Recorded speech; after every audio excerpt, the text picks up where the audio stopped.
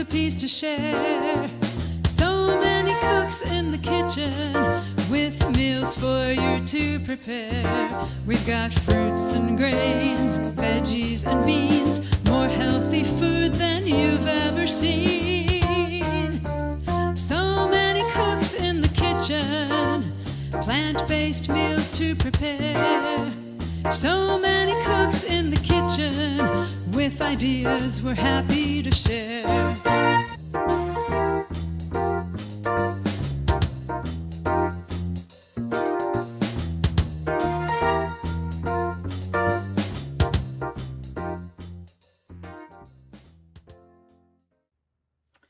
Welcome to the August show of So Many Cooks in the Kitchen. My name is Dilla Barman. We've been doing these shows, these whole food, plant-based, vegan, healthy cooking shows every month for more than 5 years. And this month we're doing a show on grilling. All of us are Physicians Committee Food for Life instructors. We're trained and we know and we offer classes to keep us healthy. And if we have conditions like diabetes, high blood pressure, certain kinds of cancer, we actually have classes for those as well. We also have classes for children. And, we have a class for high performance athletes. It turns out that eating plant-based is an amazingly good thing to do for athletes. So here's the thing. Grilling is a topic we should have covered long ago, but guess who knows nothing about grilling? So I know nothing about grilling. And also you may not recognize the background. This isn't my home. And I usually say, welcome. My name is Dilla Barman from North Carolina. I am from North Carolina, but this is actually a recording. This is actually July 1st, and I'm here with my good friend, Cody. Cody, nice to see you. Thanks for hosting my family. Yeah. Well, I'm so glad that you and Anu are here, so thank you. And it's always such a joy to cook together. So. Yeah, it is. We should do it more often. We should, for sure. Well, thank you for coming, and thanks for doing grilling with me today. And I'm really excited to share these recipes with you guys. So Dilip's going to make... I'm going to make corn. I'm going to make grilled corn, and I have some experience with that, but not on a grill until today, but on my gas range. I'll tell you more about that when I demonstrate that. Yeah, and I'm going to make just some very simple kebabs. And I will go ahead and get started with that if that's all right, Dilla. Okay, so first we got our grill nice and hot. And this one actually, it's been going a little bit, so it's super hot. So I'm going to turn it way down. It's at 500 degrees. And one thing with grills, hot day, they can get super hot really quick. So it's kind of nice to stay out here while you're grilling, just in case something were to happen or it gets too hot or you smell something burning or, something like that. So you want to always think safety. Keep it out. It says 500. I know. It got there really quick, didn't it? You want to keep it away from your home. You never want to do this inside a garage or a closed space or like if you're in an apartment complex, a lot of those places don't want you to grill like on a balcony if you have one. But a lot of times we put a grill mat on the floor just for any spills or anything. We're doing a very clean recipe today. There's really no sauces on this. It's like a dry seasoning mix, and we'll go through that here in a minute. But may I ask you, what's a grill mat? So it's just a rubber mat, and it just kind of catches anything so it doesn't go directly on like your surface area that you stand on. So it helps keep your floor, whatever area, nice and clean or easily cleanable. So anyway, let me just show you here. This is our grill, super hot. You really only want to touch like your knobs here, any designated handles. The side areas can get really hot. And touching or grabbing above here, it can get warm. Keep kids away. Oh yeah, definitely. Kids and any animals you definitely want to keep far back. I don't even, if you've got a toddler or somebody that you just can't quite trust, I would just keep them in the house away from this just for safety purposes. So as far as my kebab recipe, it's super simple. I really liked like these stainless steel kebab skewers because they're easy to wash and you reuse them. I'd also use bamboo ones, but I tend to get splinters when I do those, so I don't do those ones. And they tend to burn on the grill, and then my food's laying there. So anyway, what I got on here is I cut up some peppers. I did some red ones, some green ones, and some yellow onion. And then I did some seitan. I did a couple different kinds of seitan. It is a Tofurky brand. And just for folks to know, seikiki is wheat bulgogi. Yeah. This one actually has tofu with it, so it's a combination of it. which is what I make chili scratch at home. So I got a chorizo favor, so that's gonna have a little more spice to it, and then an Italian kind of sausage. But could I mention, we mentioned that I'm visiting Cody. This is actually July 1st, and you hear firecrackers because 4th of July is around the corner. Right. We're actually showing this in August. So our segment we have recorded, and it's July 1st. So happy, by now, hopefully everybody enjoyed a happy 4th of July, which we're about to. That's right. All right, and then I just kind of alternated here, and then all I did was do a little seasoning of a little garlic powder on it and a little smoked paprika, and it just adds a little color, a little extra flavor. And Cody, you could have put that in a liquid marinade too if you wanted. Yep. Now you could totally do a liquid marinade, whatever flavors you like. And I'm just gonna set mine on the upper rack here, and I'm gonna shut it, and then I will be using some tongs to flip it in just a little bit here. We won't show you this whole cooking process if it does take a little bit of time, but I'm gonna have Dilip show you how he prepares his corn. So here's corn, and you want to remove the silk and the husk the outside part. It's all already partially removed. And so what I'll do, and the nice thing about cooking outside, I don't do this, but I'm enjoying this, is if a little bit falls, it doesn't matter. It becomes compost. So I'm going to remove this. I know in terms of cooking inside, some people buy, thank you. Some people buy these brushes which remove the silk. I don't bother because I try to get it out with my hands. But if you're doing it on a flame, then the silk will light up. That's the only issue. But it's not a problem. Okay, so there's the corn. And what I'm going to do is I'm going to put it on the grill as well. Now, again, I'm not experienced with grilling. I've done it maybe twice in my life. This is my 3rd time. But as Cody said, safety is first. So this is not hot. We have placed some things here, but be careful. So depending on your grill, it may get hot. So I'm going to put this on the grill. I'm going to put it on the bottom part, right there. Okay, and that's it. Did you want me to keep going and show the finished corn? Okay. So we've done this. I don't know if the camera can see, but here's some corn that we have grilled. You see a bunch of the cobs. Now, what I do, let me talk for a moment about what I do. So here's a little, what do you call this, Cody? It's like a thing to hold the corn. It's a handle. Yeah, Pretty that's what they common. call it. Yeah, it's a handle. Corn handles. I don't know. Corn on the cob handles. So Cody grew up in Nebraska where corn is king, right? So he used to shuck corn, right? Yeah. We used to grow our own. We used to pick corn, I mean. Just what we raised, or not raised, but grew in our big family garden growing up for about 18 years. We'd have a couple rows of sweet corn that we would grow, and we'd gather that ourselves and husk it. And Didn't you tell me you had a summer job where you were working with corn? I was detasseling. Yeah. That's where you're mixing the 2 different kinds of corn together. So that's a whole different story right there, let me tell you. So this is now not very hot. I can handle it. But what I do at home on my gas range, I turn the gas range on, and I literally put it on the flame, and I turn it, and it literally takes a minute or 2, if that. It's fast. Here it'll take longer because it's not directly unflamed. But then what I do is let's switch. We're gonna put it up there. I'll give this to you. That. Right? If you look at the corn, you'll see the dark. Oh, and we should talk about heterocyclic amines in a minute. So when you grill flesh foods, salmon or beef or anything like that, when you grill it, you generate heterocyclic amines, which are highly carcinogenic. Right. But with vegetables, no, Right. that's the dangerous things, right? So you can enjoy the grill marks and you can enjoy the grilling. What happens is as you cook it, whether it's on a flame or in the grill, the color becomes richer because the sugars are caramelizing. And you can go a little further and let it get a little singed, and it adds a nice flavor. So that's what we did. Okay? If you let it go too long, it gets all black, and then it loses too much of it being black is not a good thing. So what I want to do, I want to show you a full superstition in a second too. What I want to do is, if I'm at home, I try to have a bigger bowl underneath here so I don't drop the kernels. And all I do is I take a sharp paring knife and I slice straight down.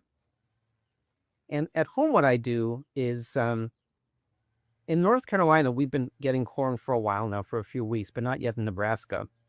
I really prefer organic, but honestly, it's hard to find organic corn. But this year in North Carolina, we have been getting organic corn, which is great. So what I do is I cut straight down. And then what I do at home is I just cut this off. and then I cut the room to grow it.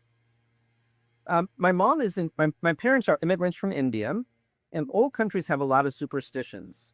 So my mom taught me this superstition, and I continue it just as a heritage thing, just to remember my mom. There's no harm done with it. My mom always taught me when I was growing up, when you have corn on the cob, then cut it in half and take a deep whiff, and that'll keep you from getting a stomach ache. Now, I don't know that corn gives you a stomach ache, but it's old wisdom, and so I do it. There's no harm. Would you like to smell the corn? Sure. Smells like corn. So that's what my mom taught me. So let me put the cob over here.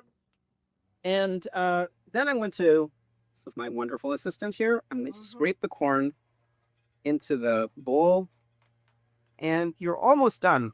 I love corn on the cob this way because corn gets stuck in my teeth, so I never eat corn on the cob. And you'll have some big pieces. You want to do that? I like the big pieces. Yeah. Okay. Well, I won't squish it. They make a couple.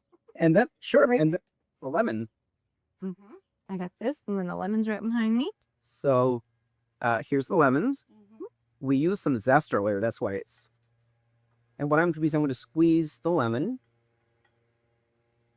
You can put your hand here to grab the seeds, but I'm not going to bother. Get a few seeds, it's okay. And if you want, you can use a citrus press. I'm putting more citrus than we're going to need because we're going to, off camera, get the rest of the cob. So I want, I would say 1 large lemon for maybe 6 ears of corn. So I'm going to go ahead and put half the lemon, and when we sample it in a second, I like citrus. Of course. And so extra lemon for this is not a problem. Now, some of you are careful with salt. You don't have to add salt, but I find, especially with acidic foods, lemon and tomato, a little salt is really, I think, important for the taste. And so I'm going to add a little bit of salt. Well, especially in summertime, if you're sweating, you need a little bit of sodium. Sometimes I add black pepper, but I'm going to not use black pepper today. I'm going to use paprika. This is optional, but here's some good organic ground paprika. So I'm going to put a little bit of paprika. It really adds color. It doesn't add a lot of flavor. I'm just going to put a little bit. And that's it. Do you want this? Yes, thank you. Oregano. You can use fresh oregano. I actually prefer fresh oregano, but dried oregano is great. Sorry, I don't have any. It's okay. Fresh basil in the garden. Basil doesn't look great with corn. I know. I'm just kidding. So a little bit of oregano. Now, some people are a big fan of buttered corn, and I do like buttered corn. There's vegan butters. So there's a good variety in most grocery stores of vegan margarines. We should keep an eye on the corn. I know. And yes, right. Look at the corn. So if you want a little bit of butter, vegan butter, right, you can do that. You can add that. I sometimes do, but today we're not going to add any fat. But if you do, just add a little bit for flavor. And that's it. So should I wait so yours is done? We can try our dishes together? Sure. Okay. So I just rolled this on it, and then I flipped this one as well. So those are pretty much, they're about halfway done. So like I said, you don't want to leave them for too long. You want to keep an eye on them. This is down to about 400 degrees right now. But don't literally put your eye on it because your eye will explode. Right. That'd be nasty. Let me just show you what they look like when they're all done. I got a big batch of them right here. So as you can see, you've got all the different spices on there. There's a little bit of chard on the sides and everything. So yeah. And let me interrupt you a second. And one thing to be careful about is we had this done maybe 10 minutes ago, but be careful. Don't touch this unless you're sure it's not hot. Right. Yeah, I use the tongs until they've cooled off. Yeah. That looks really good, Cody. Thanks. Those yours. And you could use tofu if you wanted. Yeah, the tofu is a little more fragile, so you gotta be careful with that because it will stick to the grill and then it will fall off in chunks. Does tempeh work well in the grill? I have not done tempeh. I'm not a big tempeh fan. That's right. But I know you are, so we should have threw some on for you. So anyway, I did not grab any forks, so let me go get some. Yeah, did I talk about heterocyclic aiming? You did. Okay. So grilling is fun. I mean, as I said, I've done almost none of it, but I hear from lots of people. We're recording this in July, and I know Carolyn is loves grilling, so we look forward to seeing what Carolyn will be doing. She grills commonly, so she knows a lot more about grilling certainly than I do. But thank you. Yeah. All right. Bring your corn over here, Dillis.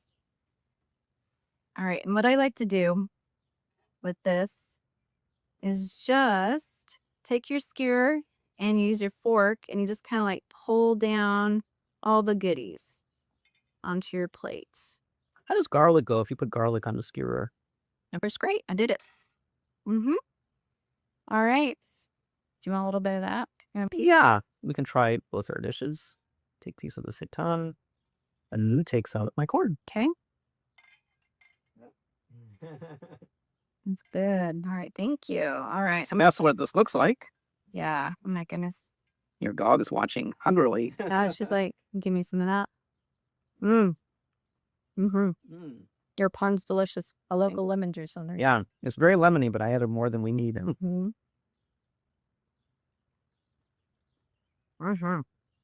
I got a lemon seed.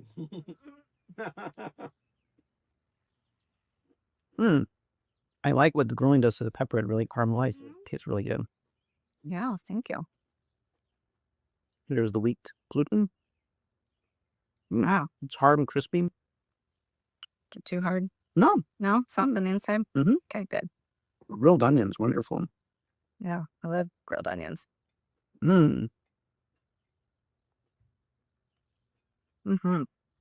They sweetened up a lot, didn't they? Yeah, very nice. Cool. Well, thank you for Thank cooking you. with me. It was wonderful. Is there And delicious. third time cooking killer or fourth time? I can't remember. It's been time for you now. So, again, we come to you from July 1st, 2025. Mm-hmm. I think the show is August 4th or something like that. So, please ask questions. We'll be behind the scenes. We don't know who's cooking after us. So, It'll be a surprise. yeah, and there's been discussion. People are thinking what they want to make, but it's a month out. I don't know what they're making. But thank you for taking advantage of our time together Mm-hmm. Thank to you. make a recording. Thanks for coming. Thank you for having us. And thanks for watching So Many Cooks in the Kitchen. Mhm. We'll have some giveaways and ask questions anytime. And at the very end, we'll be back for Q&A. So thanks so much. Happy August, I should say. Yes. Happy August. Thanks for joining us. Hi, everybody. It's Carolyn Strickland, Food for Life instructor in Montgomery, Alabama. And today we're going to talk about one of my favorite ways to cook, and that is grilling. So we're grilling lots of vegetables. So this is my grill. It has never been used for meat ever. So all we've ever done on this grill for the past 5 years that we've had it is grill vegetables. So I want to talk about a few things that you might need, some supplies you might need to gather before you start grilling. So you'll need a spatula and some tongs. These are very useful grilling utensils. And I always like to have my hot mitts with me because, you know, this gets really hot. So you're probably going to need some hot mitts. There's some pretty cool utensils and tools you can use when you're grilling. One of them is a grill basket or grill pan. So this has a handle that comes off so it doesn't get hot. So you can put your food right here on the grill in the little pan. And then when you're ready to flip it around, you attach the handle like that and then take it back off to keep it cool. This isn't hot yet, so we're good. So you can pull the handle right back off to keep it cool, which is very helpful. Okay. We'll move that out of the way. And then there's this handy grill basket, which is really cool because you can roll it back and forth over the grill. And this would be good for grilling things like longer things like maybe asparagus and green onions. This would be a really cool basket for that. And you can just roll it back and forth, and it has a wooden handle that stays cool and it comes off. So you can take the handle off while you actually have your food on the grill in the basket. So really neat little device you could use. And then there are grill mats like these. So these are mesh mats that you can put on the grill and it'll keep things from falling through. They're made of silicone and see-through, like you can tell. So these are really handy. I like these a lot and we use these all the time. And then there's also silicone mats that you can lay right on the grill. These are also called grill mats, and you can find them at most hardware stores. I actually bought some at Costco a few years ago, a 3-pack of them. They're made of silicone. There is no concern about silicone leaching plastic into your food, so don't worry about that. Silicone can handle really high temperatures. Specifically, these grill mats are made to handle really, really high temperatures. So today I think I'm going to use these mesh grill mats. I really like them. So we'll get the grill fired up. There we go. Okay. So the grill is heating up, and we're going to let it get pretty hot, maybe 350, 400, maybe even a little hotter, 450 in there, nice and hot. And we're going to grill some kebabs today. So I've gone ahead and made kebabs. These have yellow squash, onion, tofu, really firm tofu that I cut into big squares, zucchini, peaches, and pineapple. This is one of my favorite kinds of kebabs, so I love to throw peaches and pineapple on anything I'm grilling. It's really good, especially in the summertime, to add that really nice tropical flavor. And then big pieces of super firm tofu. So these, as you can see, are nice big cubes of super firm tofu. And they will go right here on the grill.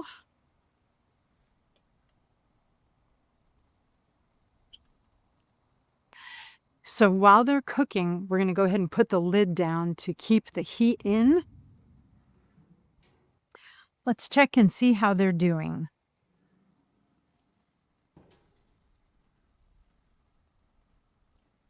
Put my gloves on. Oh, they're looking good. Getting there. Okay, I'm going to flip a few of them over.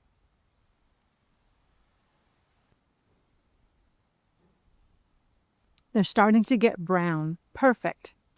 I think I'll sprinkle on a little bit of fresh cracked pepper.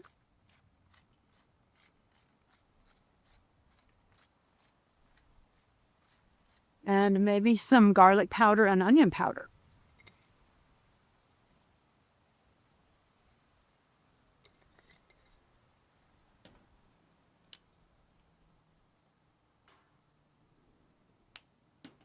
And then we'll let them cook a few more minutes, maybe 3-4 minutes on this side. All right, let's check them again. It's been a few more minutes. They're looking nice and browned. Let's see. Oh yeah, that looks good. Okay, it may be time to go ahead and put the barbecue sauce on. Just give it another flip. Oh yeah, that looks good. Remember that tofu is actually already cooked. You can eat it right out of the package. So we're really just heating it up and getting it some nice brown spots.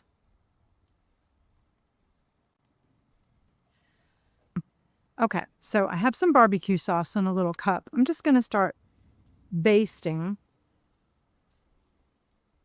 all the way through.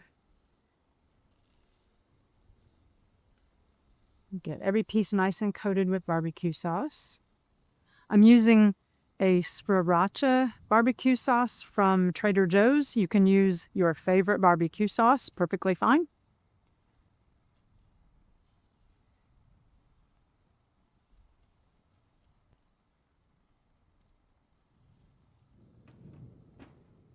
Okay, everything's coated in barbecue sauce, and we're going to let it cook through a little bit to let that barbecue sauce really grill onto it.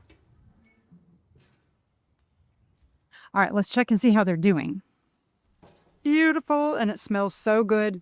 All right, let's go ahead and take them up. You can put them right back on the same pan that came off of, because there's not any meat. We're good. So put it right back on. Look how beautiful. Well, I don't want to lose you. I'll lose one right there. There we go. Uh-oh. There we go.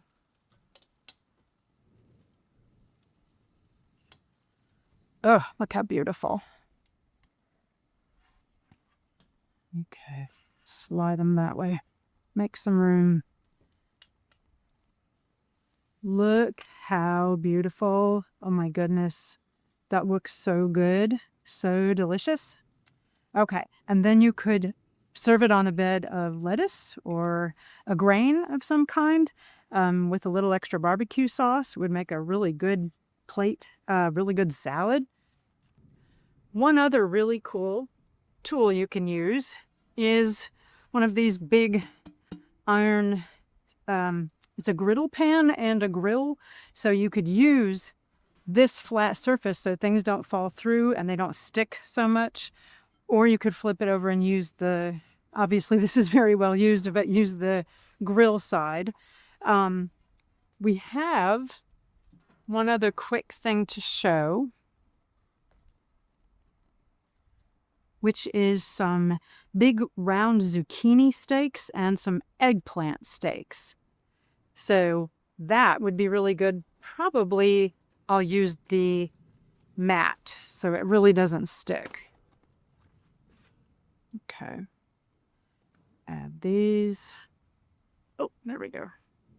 So these have just been marinated in some balsamic vinegar. That's it. So look at this big, beautiful piece of eggplant. Throw that right on. So eggplant steaks are one of my favorite things on the grill. This is called an 8-ball zucchini. It's a big round zucchini. There's another eggplant steak. Delicious. Okay, so they're all on the silicone mat. That's going to keep them from sticking and falling through, and we'll just let them go ahead and cook for a little bit with the lid closed. All right, let's check our eggplant steaks. Oh, they're looking good. They smell so good. Let's see how that's looking.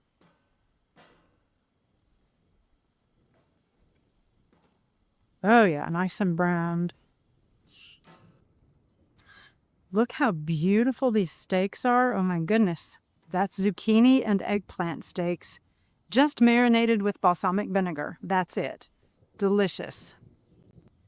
I do hope you'll try grilling your vegetables. Keeps your kitchen cool.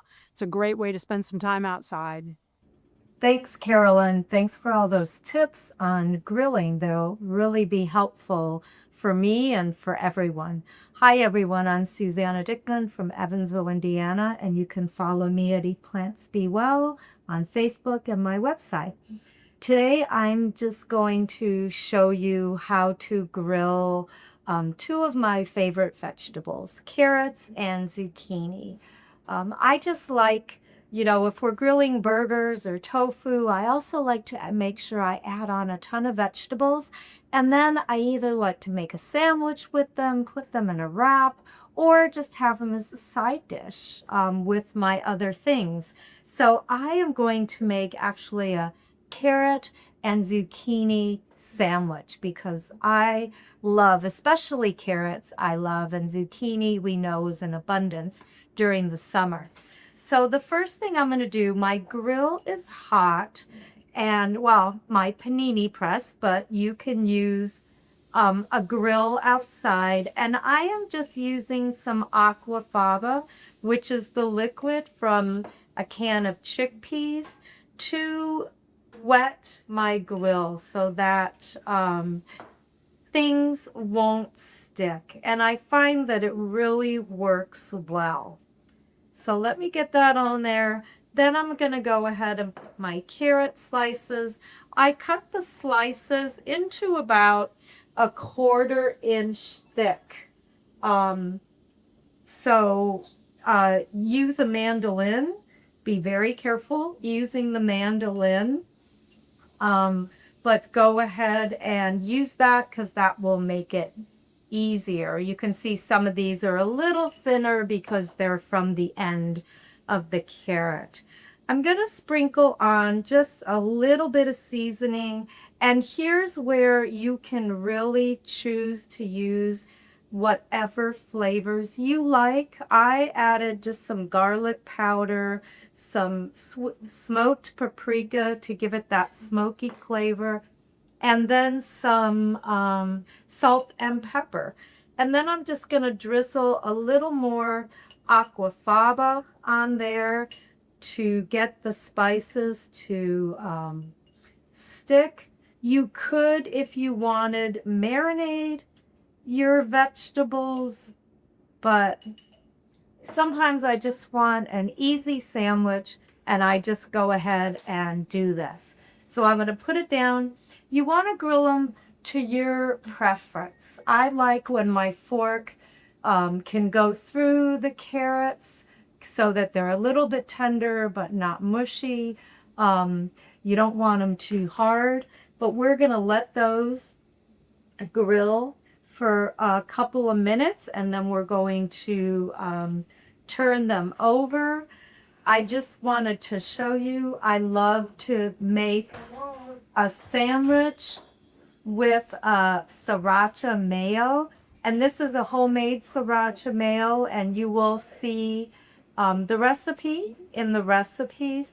If you don't like sriracha, which makes it a little spicy, you could always add, just skip with the sriracha and just make your favorite mayo. This is made with the silken tofu, the Mori silken tofu, and it's delicious, and it has just the right amount of heat. I like using a nice sourdough bread that I get from a local bakery. Of course, you can use an Ezekiel bread or other whole grain bread or even rye bread. I like to put sometimes my vegetables in a wrap or a lavash, or as I said before, eat them as a side dish. So I'm going to go ahead and look at these, and you can see they're starting to become a little more cooked. So I'm going to turn them over, and then I'm going to go ahead and add my spices on this side. And you can see the aquafaba really helps the spices stay on your veggies. But I'm going to add a little bit more just because I want them to have, you know, a little bit more flavor. And they're just an easy way to use your garden vegetables and to make them a little bit different. Let me sprinkle that little bit of aquafaba. If you don't use aquafaba, you need to get some chickpeas and save it. I will put the aquafaba in ice cube trays so that I have it frozen, so that when I need a little bit for something like this or for sauteing, if I want to use it, it just works great. All right, so I'm going to give these a couple more minutes to get done to where I want them, and then I'm just going to assemble my sandwich. The one thing I want to mention that I often add to my grilled veggies is no salt seasonings. There are a variety of brands that you can get. This is a lemon pepper, which really, I think it's our favorite, especially on vegetables. This one is a garlic pesto, so it has all of those flavors: garlic, basil, dried onion, dried tomato. Just really good. And so when I assemble my sandwich and put my veggies down, I'm going to add a sprinkle of this. This is a great way to get more added flavor, especially to your grilled vegetables. That, you know, I'm sure you've seen all the different ways that we all have grilled things. So I'm going to go ahead. Oops, my one piece of zucchini stuck. There's another one there. So let me get that down, and I want to show you so you can see my carrot. You can see the fork has come through. So this is done to my liking because I want to have a sandwich that has a little crunch. So I'm going to go ahead and I said 2 pieces of each vegetable for each sandwich, and that's what I'm going to do because I like, remember those huge sandwiches like that? That's the kind that I want. But you see, nothing's stuck. So it really is beneficial. The aquafaba is a great way to get things not to stick. Let me go ahead and I'm going to add some tomato. Maybe I'm going to add 2 slices because I'm going to cut this in half. I have some red onion slices. Let me just put those on. And then I always let me go ahead and cut this like this. Sometimes I cut just the 1 slice of bread, and then I will cut the other slice, and then I will put some arugula or other type of green. I always like to make sure that I have greens at every meal. And then I think I'm going to use the lemon pepper, Mrs. Dash, this time. So I'm just going to sprinkle some of that on. And oh my goodness, there you go. So a great sandwich that will definitely carry you through the day and just is so, so delicious. All right, I think I am the last cook today, so please stay tuned for the Q&A. And remember, if you have any questions, that's the way to be eligible to win a prize. So think about your questions about grilling. And thank you again so much for taking time out of your busy Saturday to watch us cook. Take care, everyone.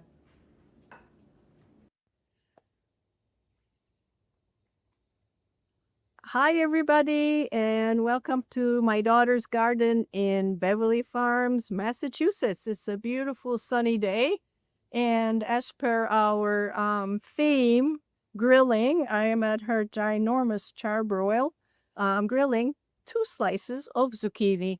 And the zucchini, by the way, comes from her garden.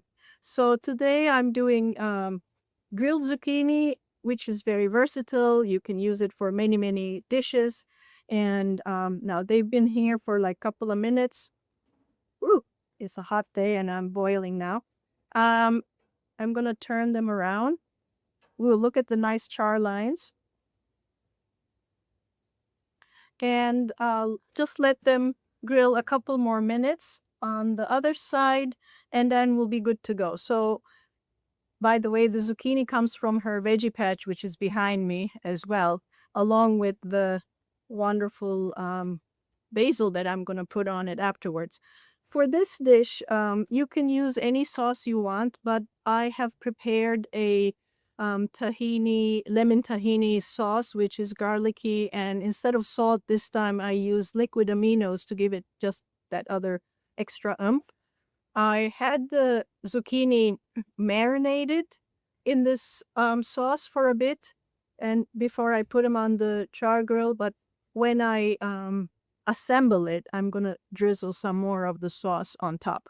So, but as I said, it's an easy dish and it's versatile. So you may use instead of the tahini sauce, you may use like a pesto or a wonderful vinaigrette of your choosing, and use all different herbs. And I'm lucky to have the herbs and the zucchini from her garden. So hold on, let's see. I like to keep the zucchini with a little bit of bite to it, so they're not 100% limp and gooey. So I'm going to, yeah, they're perfect. I don't know if you can see it on the plate. I have a yellow squash and the green one. Let's be a little artistic. My daughter is a chef, so I have to try to impress her with what I'm doing today. I don't know how to turn this off. I can turn these up this way, or okay. This is really hot here. Okay. Woo, I'm boiling. Okay, so I have my zucchini nicely placed. I'm going to put some cannellini beans on them.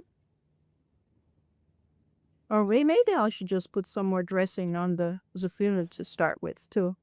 So I'll drizzle a bit of the dressing on it. And ta-da. I hope you can smell how wonderful it smells, actually. And I'm going to sprinkle some beans. He's probably thinking, there are so many better ways to dish this, Mom. It's hard to please a chef. So here it is. I put some of the beans. I'm going to put this on this side. And we have little Shiza walking around. I think she enjoys the smell as well. So I'm going to drizzle some more of the really yummy tahini sauce on this. Here we go. And the final touch is this. Look at this beautiful basil. It comes from her garden. I can make it just look pretty. And maybe just put a few ripped pieces on as well. And that's it. Voila. Our dish is done.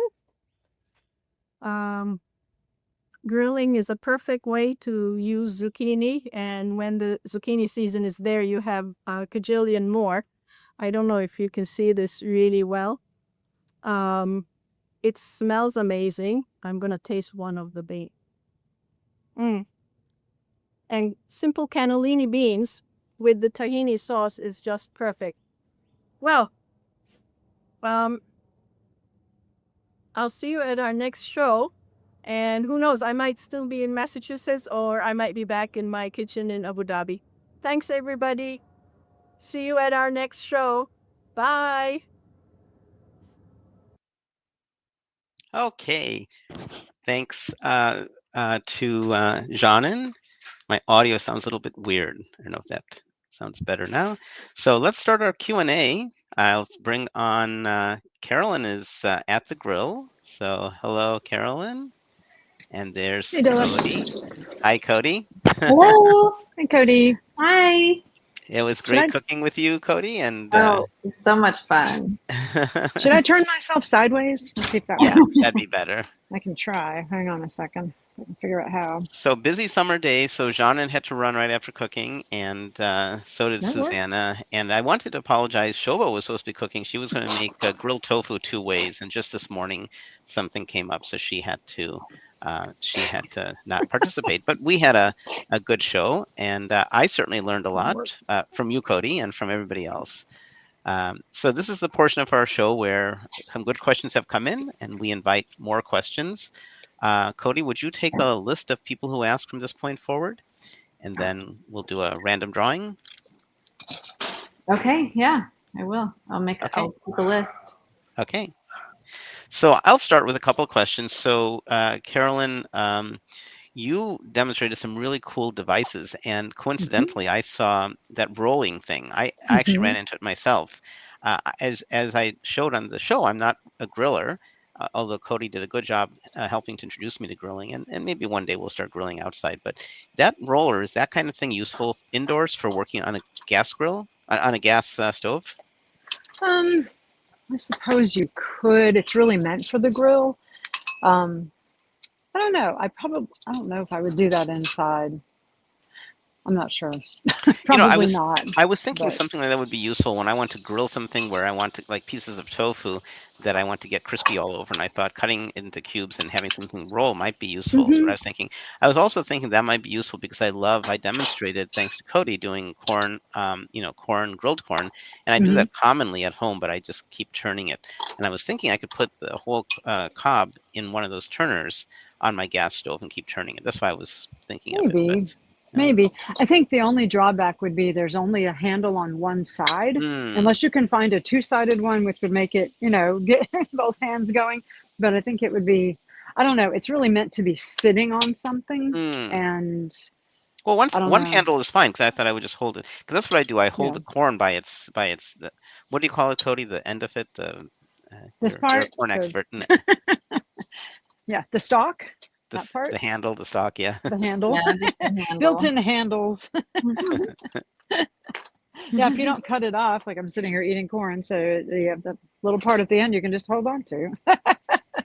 Well, there is a question that came in for you. So the first audience question is by Patricia. So good to see you, Hmm. Patricia. And I like your quote. I can barely see it, but it says, Patricia, not Patricia, patience is a virtue. So Hmm. Patricia asks, my question is for Caroline. I'm interested in the grill basket pan, grill basket and mesh mats. Where do I find them? What are the brand names? Well, you can easily find them on Amazon. I have seen them at hardware stores. All of the, in fact, I can take you with me over to the grill. Let's see. So today I actually grilled and I used the mesh mat again, as you can see. And I love those. And I think we found those at a hardware store. And then you find the silicone mats rolled up. And this brand is Cookina, the authentic Cookina barbecue, is what it says. And those were from Costco, and it came in a 3-pack. So I have a 3-pack of them right here. So if you get one dirty with something, then you can, pull out the next one. And I just keep them under my grill. So I've got this little, handy little cabinet under the grill and keep everything in here, including that grill basket. It's under here too. It's making a lot of noise, but there you go. See, So that seems like that would be perfect for corn. I think so. Corn, asparagus, leeks, green onions, although it could also be just stuff that's chopped up and rolled back and forth. So yeah, you can just roll it back and forth on here, which is pretty cool. And actually, while we're out here cooking, I know that mine has a built-in burner as well. Cody's does too. Okay, which is great. If the power goes out, you can still cook dinner. So you can come out with, beans or something in a pot and heat them up. I think what it's meant for is heating your barbecue sauce while you're grilling. So, but I actually just made corn outside while I was, I didn't do the corn on the grill because I had okra and green tomatoes. So that's how I do green tomatoes, is I don't fry them. I cut them in thick slabs and grill them with a little bit of, in fact, I have one right here. I can show you. See if I can show you my dinner plate. See if I can do that. There we go. Nice. So grilled green tomatoes and grilled okra and corn and lima beans.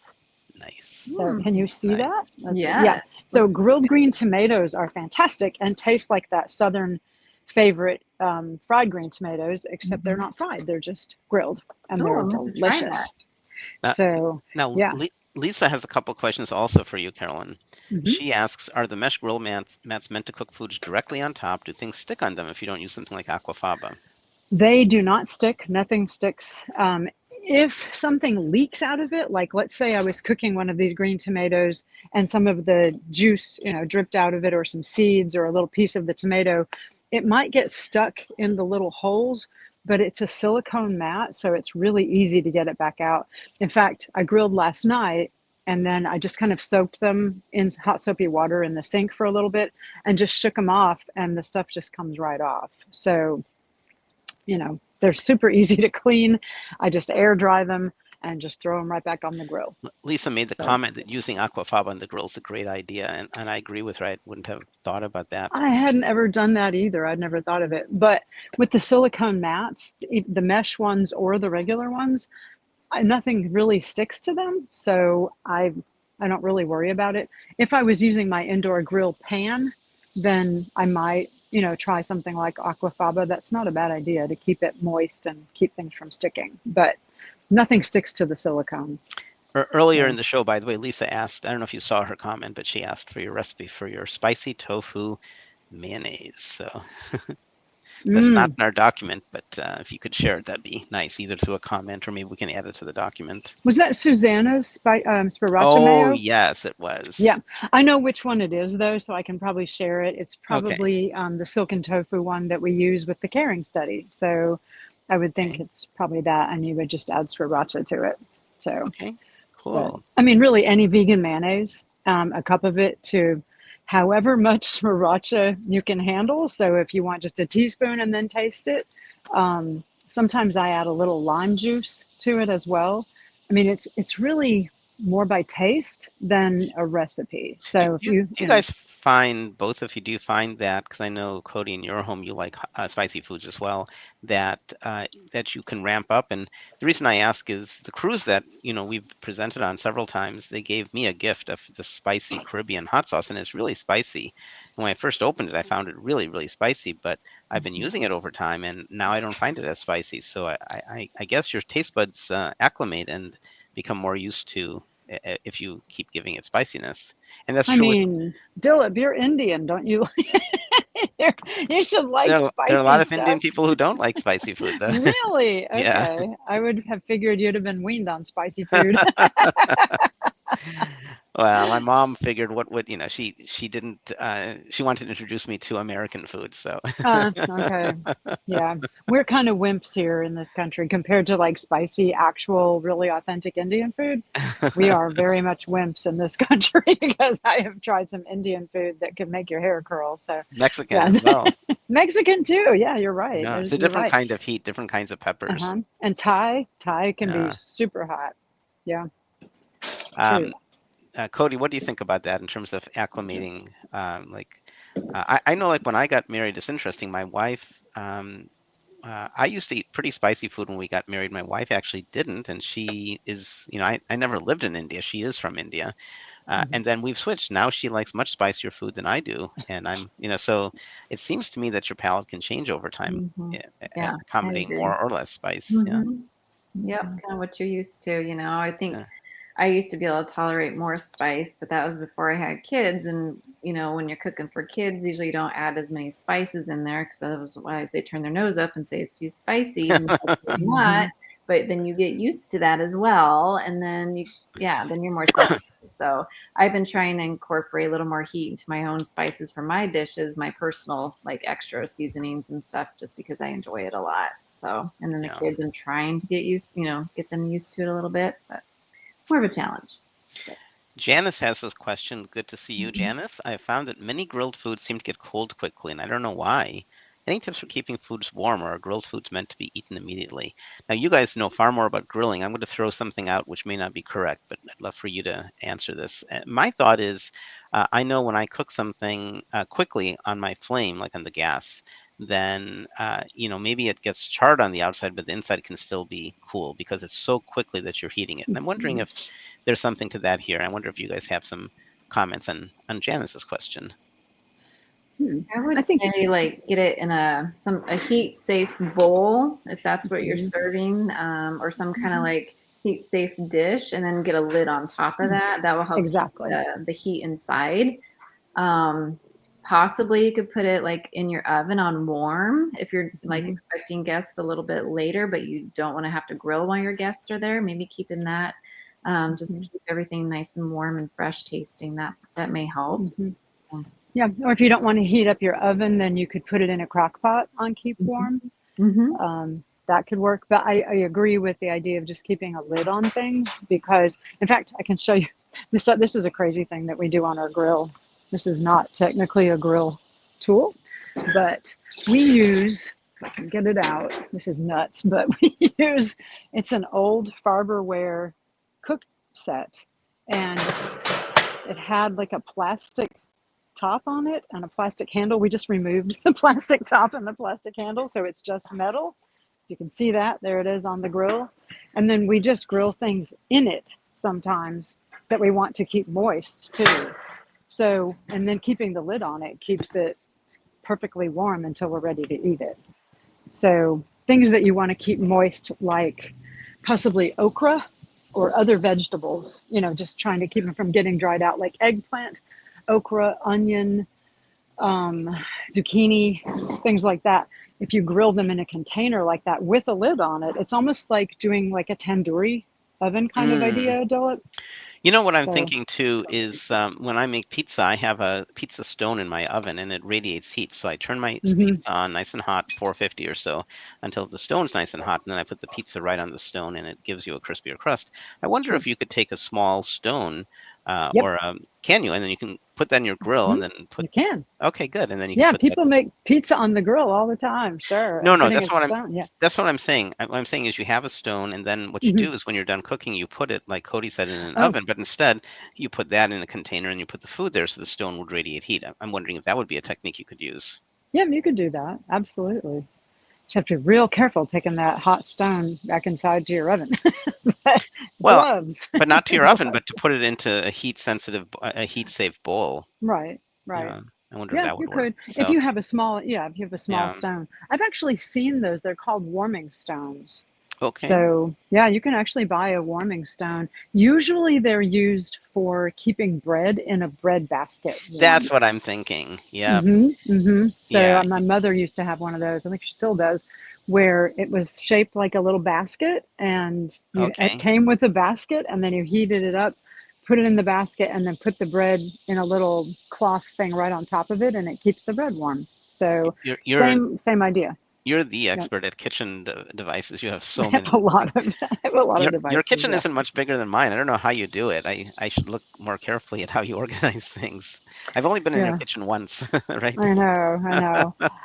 Well, we're going to renovate our kitchen hopefully in the next year, and I really want to add more storage because I've been trying to just get rid of things I'm actually not using, Yeah.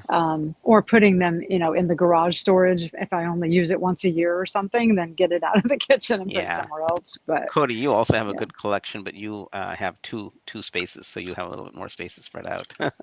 Yeah, thank goodness. Yeah.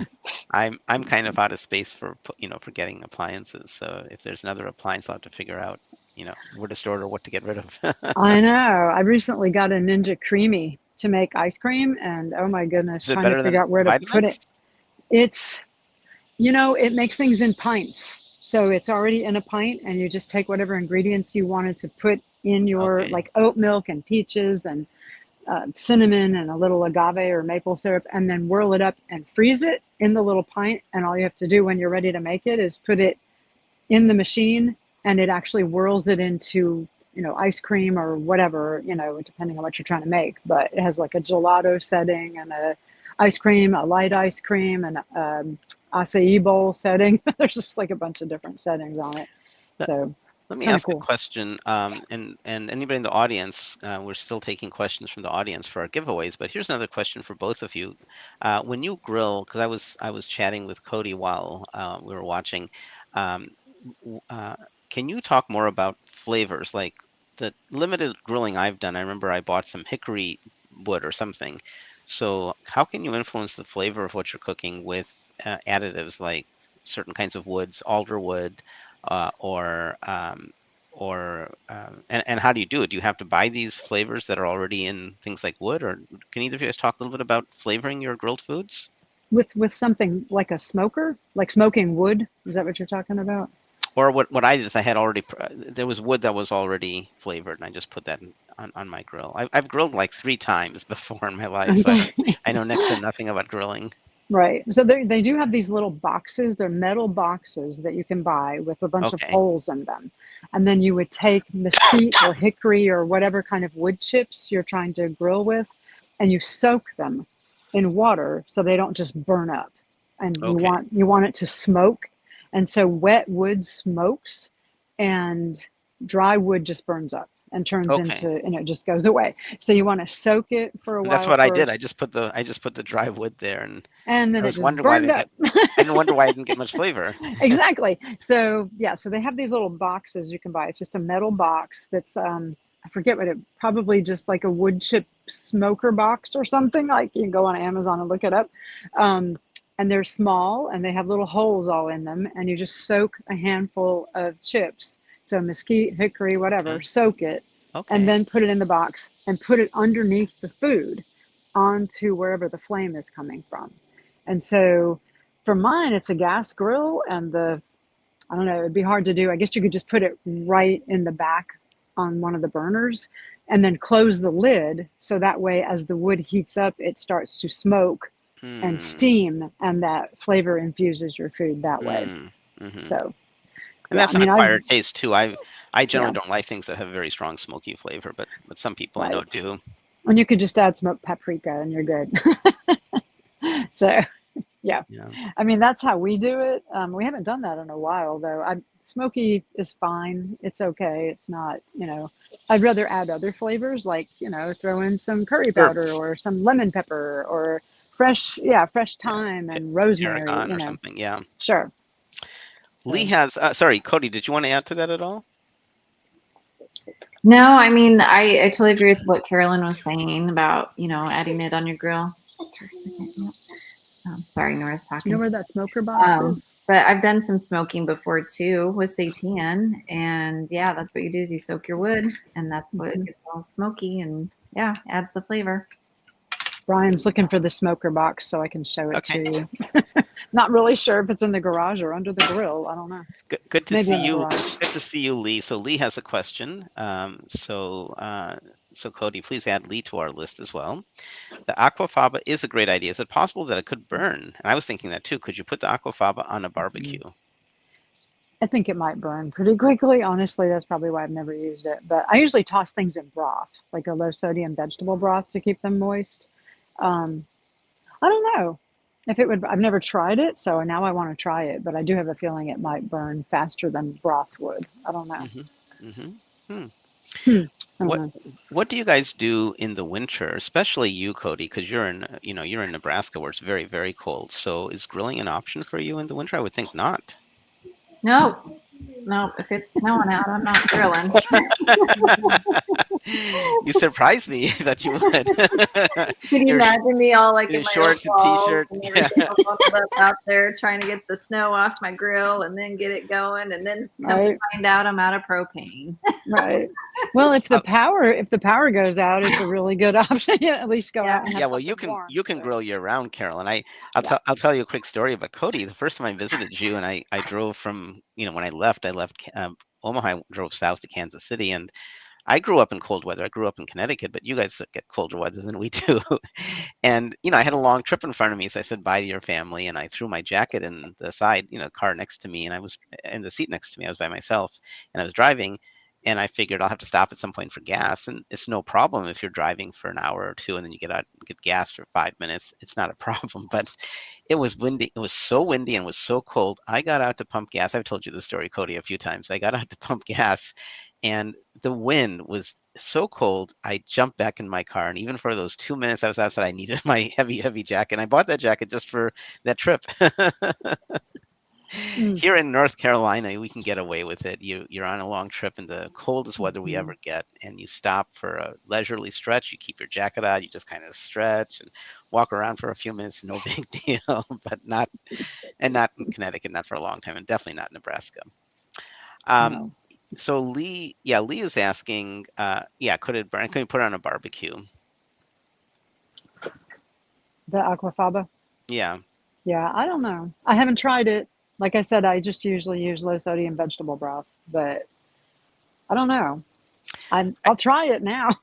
I don't know. I wanted to take a minute, and I have a couple links here and talk.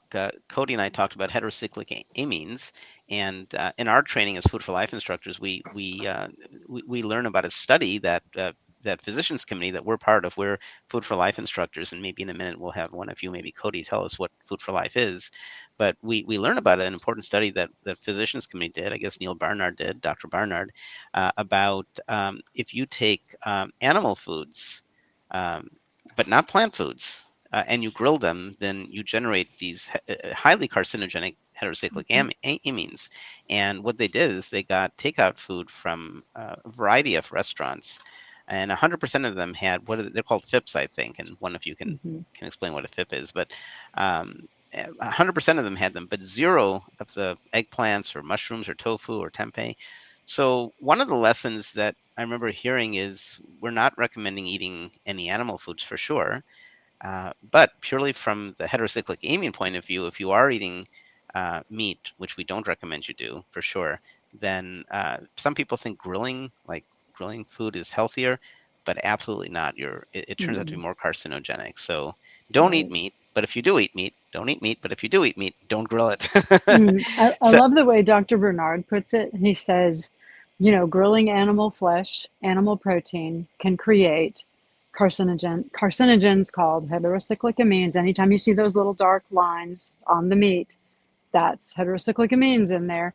But when you grill vegetables, what do? They just get hot. they don't have that at all.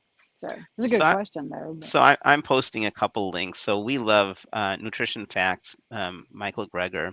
So he has a very nice link about that. And I also wanted to look for something about the research at Physicians Committee. And so here is something in PubMed. This is from a journal article. If you like to read the original science, if you're a doctor or a researcher, this is from PubMed. So here's an article I'll post as well that talks about, and this talks about the this had to do with grilled I think it was grilled chicken, and how all the samples had very high levels of cancer.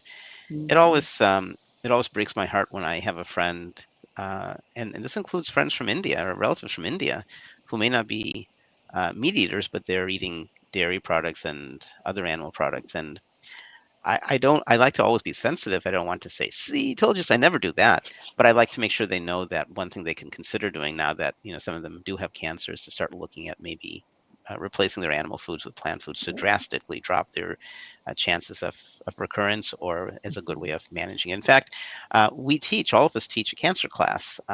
So Cody, did you want to tell a little bit about, for people who aren't familiar with the Food for Life program, what it is?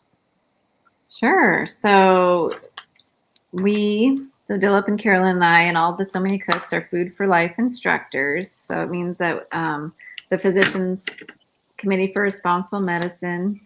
Sorry, Nora's next to me, distracting me over Hi, here. Nora. Hi. Sorry, you can say hi.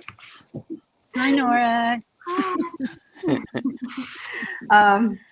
So we have been chosen through by the Physicians Committee to get their special training. We have their curriculum, and there's over 300, maybe 350, probably more than that by now, worldwide, Food for Life instructors. So we can teach online or in-person classes with a wide variety of different curriculums to use. So we teach whole food, plant-based nutrition with the research behind it.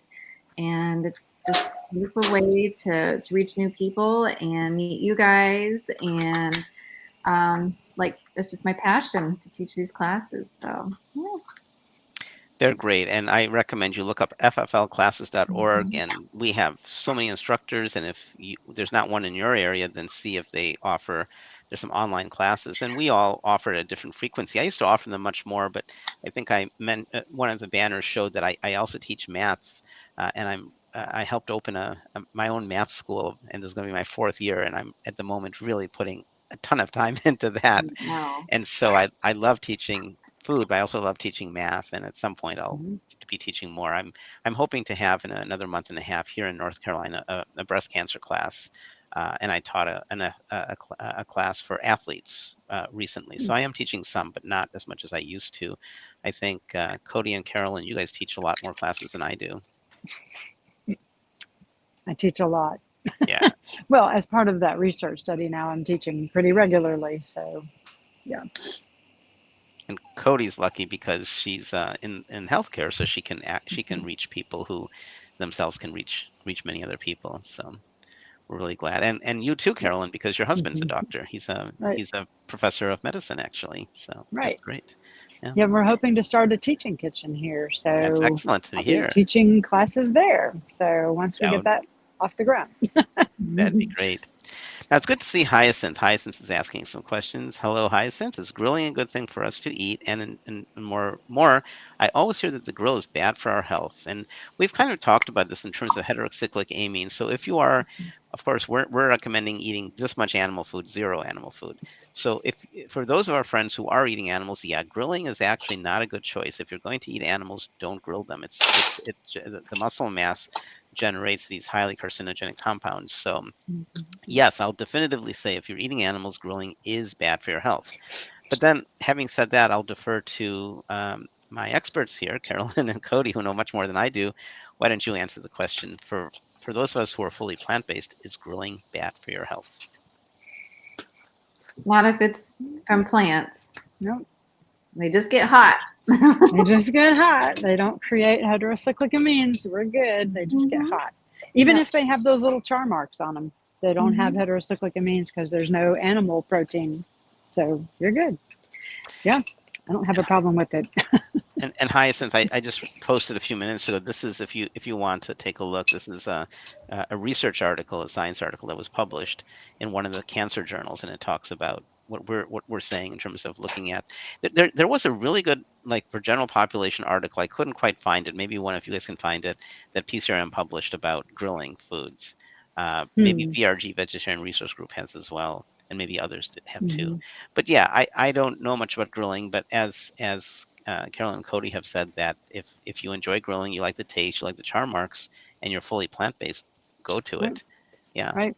Even there's grilled tofu steaks, those are the best. yeah, With some yeah. barbecue sauce, hey, can't beat that. I don't like the taste of barbecue. We have a vegan restaurant here, and Really? and Oh and my yeah, goodness. and so my daughter once got their North Carolina is known for its barbecue, and so my daughter Mhm. once got there. Or we were with some friends. I don't remember, but we had this barbecue, and I didn't like it.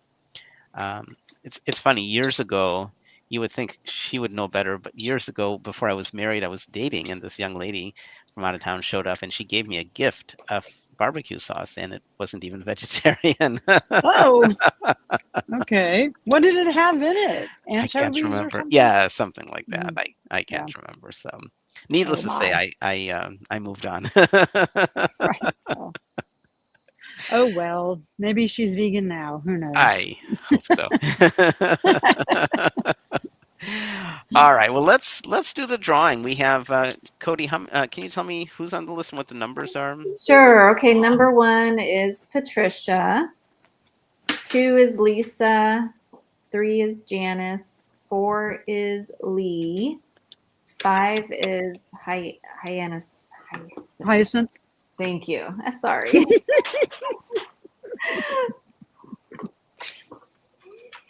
Okay, so we have. Like the flower. Hyacinth. It's beautiful.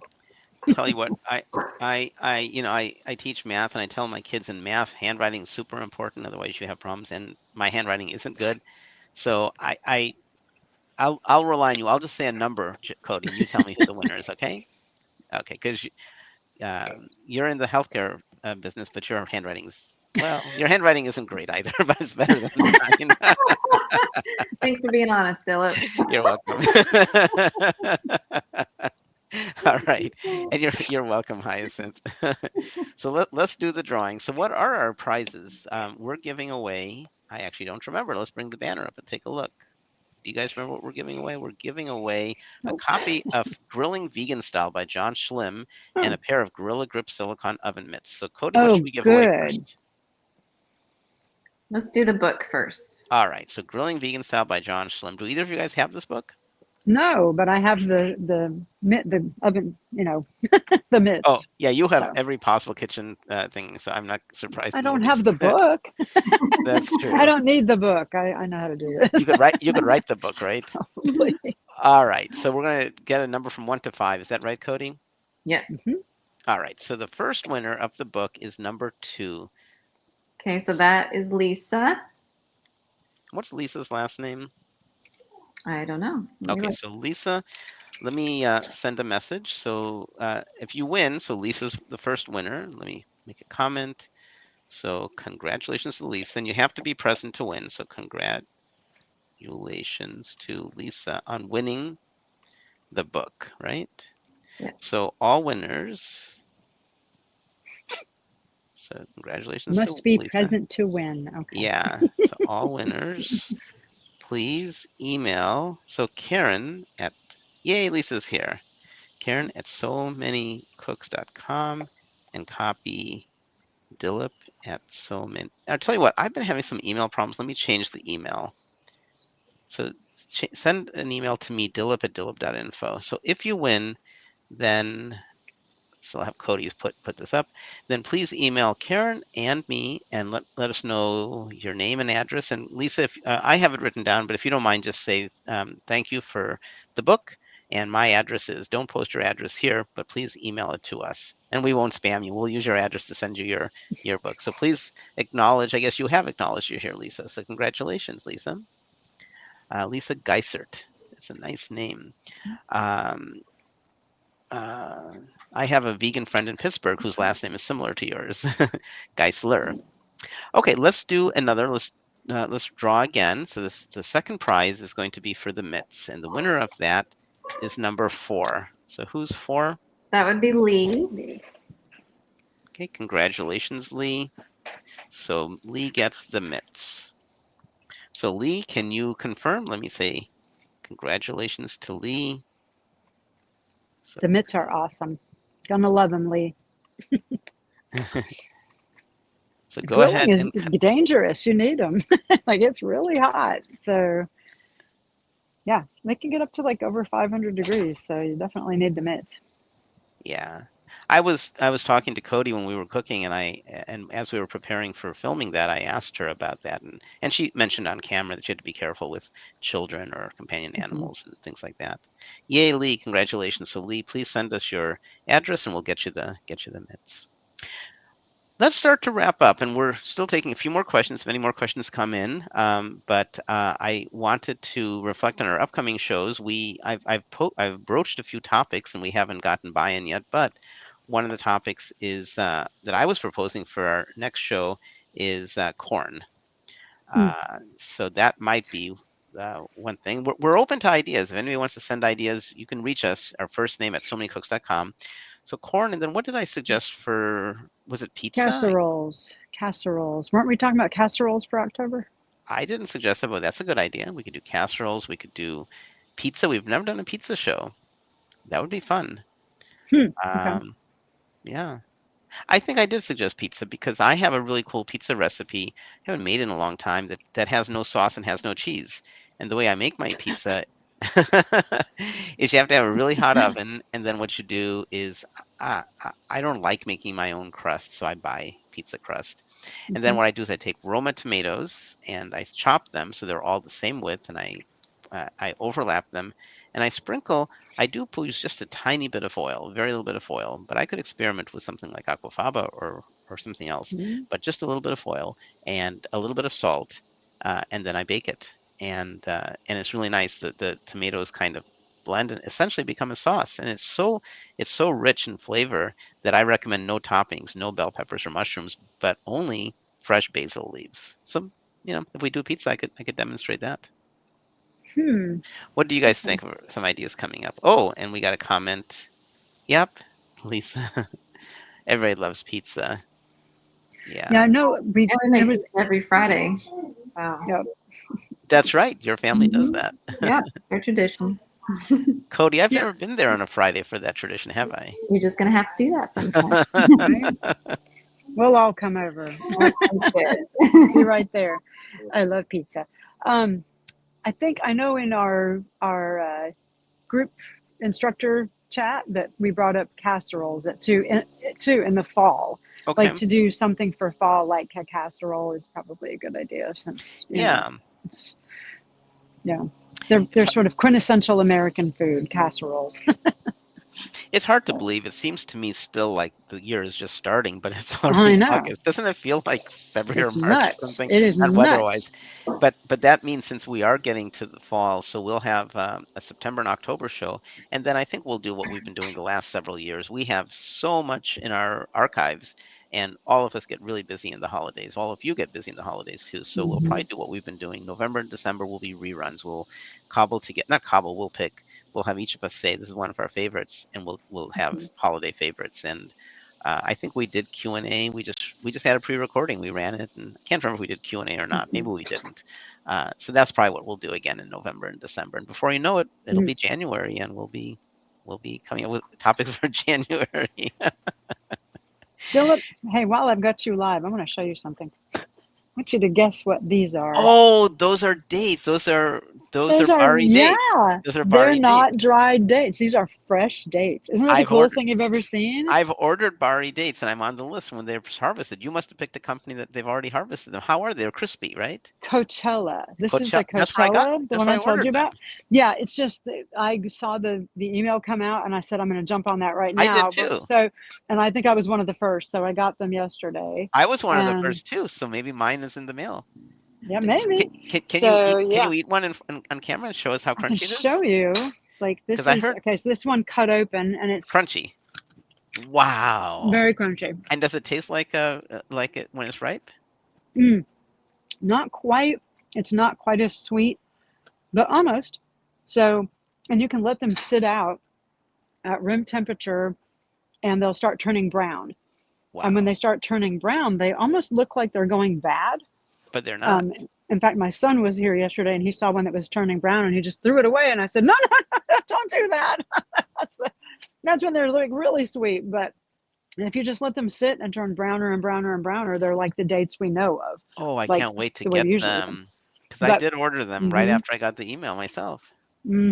they're very crispy and Oh, crunchy and Yum. quite good. But I did not realize they that's don't what they taste. look like. But what about the pit in the middle? Is Isn't that at this crazy? point the pit is soft? No, it's hard. And Okay, you so you have to just spit. You have to get rid of the pit. yeah. I mean, my husband already cut these in half for me, and he took the pit out because he's so sweet. But Yeah. I don't. There is a pit that was in there, so he Mm. just took it out, and it really looks about the same. It's a little lighter colored, but Does it yeah, taste like a bari, like a bari that we know? Bari is like the best dates in the world. And those of you Bari who is don't the know what best bari dates dates are, in the world. Yeah, you agree, I think Cody? They're like the best. I think Mhm. it is it Bahri, Bari. Is that Well, right? Or it's a foreign word, Barhi? so Bari? it's I spell it Barhi, I but think some that don't. yeah, it's one of those. I don't know, but I didn't realize they grew like this on little, Well, I've seen pictures, stalks. so I knew So that. Yeah, cool. I yeah, Mhm. didn't that's know cool. that. And that they Yeah. would be yellow. I had no idea. So to me, dates have always just been those brown squishy things, I didn't know that what they look like. I'd wondered what do dates look like when they're raw. That's what they look like. They're Well, it's crunchy. good news because I've been waiting to order, the dried bari dates, and they're out of stock because now I guess they're starting to pick them. So Right. now we can get some bari dates hopefully in the next month or two. But yeah, those are Yes. presumably on the way to me as well. I hope so. I But hope so. I was very but pleasantly surprised when they showed up are yesterday. they So, juicy? um, some of them are and some of them aren't. But the browner they get, the juicier they get. Mm. And then I think as they dry, so I haven't really seen them totally get dry yet, but because most of mine still look like this, they're yellow, but they start turning brown and then they get juicier and then they get browner and browner. And I guess they start just getting a little more dried out, like what we expect from a date. But at Wow, first, when they're first starting to turn brown, they get a little more juicy and a little more sweet. that's So excellent. yeah, they're Cool. really good, very crunchy, and kind of have I'm not sure how to describe the mouth feel. At first, it's almost like, not sure this is good, and then you go, oh, okay, that's really good. Didn't So you, Cody? You and Tammy had these too, I think, didn't you? Yeah, I think you sent some fresh ones, but they were pretty soft still. Yeah, they Okay. weren't hard and crispy like Okay. those. yeah, Huh. yeah, these you keep in the refrigerator for a few weeks, Mm-hmm. and they'll stay just like this, or you can actually freeze them like this, and they'll last to about 4 months in the freezer, or you let them sit out and turn brown. Mm. So So pretty Hyacinth interesting. is writing, "Where's everybody?" And you missed it. Yeah. So don't forget, if you joined late or you didn't get to see it, then you can watch it on the recording. You can always come back to So Many Cooks. You can come back to Facebook or YouTube and see it there. And Renee has a good comment. Thanks, Renee. Good to see you. I think you're new to our show. We're glad that you found us. I would love a show of recipes that are perfect for freezing in small portions. We talked about batch Mm, cooking that have a nice protein punch. Okay, that's mm. kind of specialized. We can talk. Let's take a minute and talk about that. What would you do, Carolyn, if you wanted to, you wanted to freeze small batches of things with a protein? And actually, before you answer that, I want to throw one more thing in. Is I don't want to presume to know what you're wanting to eat, but I did want to say that in general, Americans eat too much protein, and so generally it's not good for your kidney. It's very rare to find somebody who doesn't get enough protein. Protein's in everything, Right. but of course I don't want to presume there may be some good reason you want something which is high protein. So, Right. Carolyn, if that was your task, if you were their personal chef, what would you do? So first I would make a few different grains. So I would probably cook some brown rice and maybe one other grain. My new favorite grain is kamut, loving Uh, kamut. that's It what I has a did in the Ancient Grain Show a couple months ago. love it, love I love it kamut. too.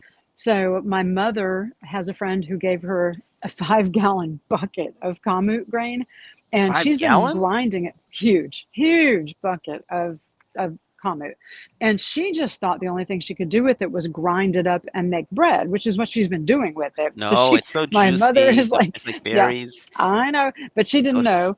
And so I stayed with her last weekend and I said, Mom, wait, how much more do you have left?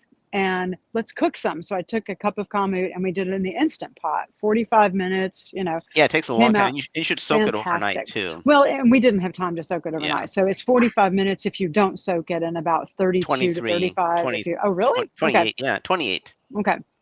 I like it a little So, chewy yeah. still, so I do it Okay. less than 30 And minutes. this was not soaked. So it was 45 minutes, 1 cup of kamut to about 2.5 cups of broth. Right. And it was delicious. And my mother said, oh my goodness, I can't believe I've been grinding that up this whole time. Like, why have I been doing that? Anyway, so I would probably cook up, some brown rice, maybe some kamut or some other grain, a couple different kinds of beans, or possibly tofu kind of beans, and then maybe some tofu steaks. And then chop up a bunch of vegetables and do them in different ways. So maybe steam some, maybe roast some, maybe grill some, and then get those Pyrex glass containers and scoop. You could just sort of mix and match. So scoop some rice and scoop some black beans and scoop some grilled vegetables and pack it up that way, put it in the freezer. And then you could try a different mix of maybe grilled tofu with some kamut and some steamed vegetables and pack it up and put it in the freezer. So the only thing you have to think about when you get it back out and cook it is what kind of sauce you might put with it. And so maybe some Tex-Mex sauce of some kind, like a salsa or something over the top of the one with the black beans in it. And then maybe some kind of lemon dill sauce, on the one with the kamut and the tofu, just sort of change up your sauces. So really it's only cooking a few grains, a few beans, some vegetables, and then mix and match, and then just add whatever sauce you want when it comes out and you heat it up. So that's what I would do. But, the other thing is we're not eating enough leafy greens. So you can cook leafy greens. Leafy greens have protein, but the big part about leafy greens that we want is the calcium. That's So, kale and collard greens, and they freeze pretty well. If you go ahead and cook them, put whatever seasoning you want, cook it in some vegetable broth, some fresh cracked pepper, some garlic, and then freeze it once it's come to room temperature, and then freeze it in individual containers, then heat those back up too to go with your dish. But depending on what size bowl, like they have those individual little Pyrex bowls, they have bigger ones, So if you have a nice big one, you could pack rice, beans, the greens, and the vegetables, and make a big meal out of it. So, Cody, what would you yeah. do, Cody, if you wanted to freeze something that was protein rich? Well, I was thinking exactly on the same lines as Carolyn, where you have a variety of stuff, but maybe taking what she suggested with the mixes and freeze those, but maybe instead of cooking your greens, if you don't want to do that or have that time for it, you could do fresh greens and make it like a bootable. Heat up your frozen stuff and throw it in there with your greens on the side. Get your sauce, drizzle it over there, and then you can mix it up and eat it as a bootable. We like that kind of stuff at home. And I love all those suggestions. I would also add that you might be surprised at how nice tofu is. I love tofu anyhow. I like it raw. I like it every which way, sautéed, air fried. But you might find that when you freeze it, then the texture will change, and when you reheat it, it'll pick up the flavors really, really nicely. So that's a really nice addition. Seitan less so, and tempeh not really, but tofu gives you that nice thing when you freeze it and then reheat it. Right. I got to show you somebody. Hang on. I know. I was going to ask if you would. Is she awake? Okay. Oh yeah, she just woke up. She had like a 30-minute nap. Okay, she had a little nap. Come see Grammy. And we'll wrap up after that, but we'll close on a really positive. I know exactly really what Carolyn's going to do. Let's see. Here she is. Wait a second. Oh, look at Here that. she She's so is. big. Look at her. She is like, What's happening? Hi, dear baby. she's so big. She is 6.5 months now. Oh my goodness. Look at her. She's so sweet. adorable. Yep. Well, thanks, Carolyn, for sharing that, and thanks for being on the show with your Aw. lovely granddaughter Well, there. they're visiting, so now I gotta go because I want to hold the baby. So I gotta go. Let's wrap up. So thanks everybody, and we will see you next month. We're not sure what the show is yet, but we'll figure it out. We'll figure it out. Yeah. So thanks Is it locked? everybody. Did he lock us out? Oh my goodness. Oh All right. no. Bye. Bye. See y'all later. So many cooks in the kitchen, so many recipes to share. So many cooks in the kitchen with meals for you to prepare. We've got fruits and grains, veggies and beans, more healthy food than you've ever seen. So many cooks in the kitchen, plant-based meals to prepare. So many cooks in the kitchen with ideas we're happy to share.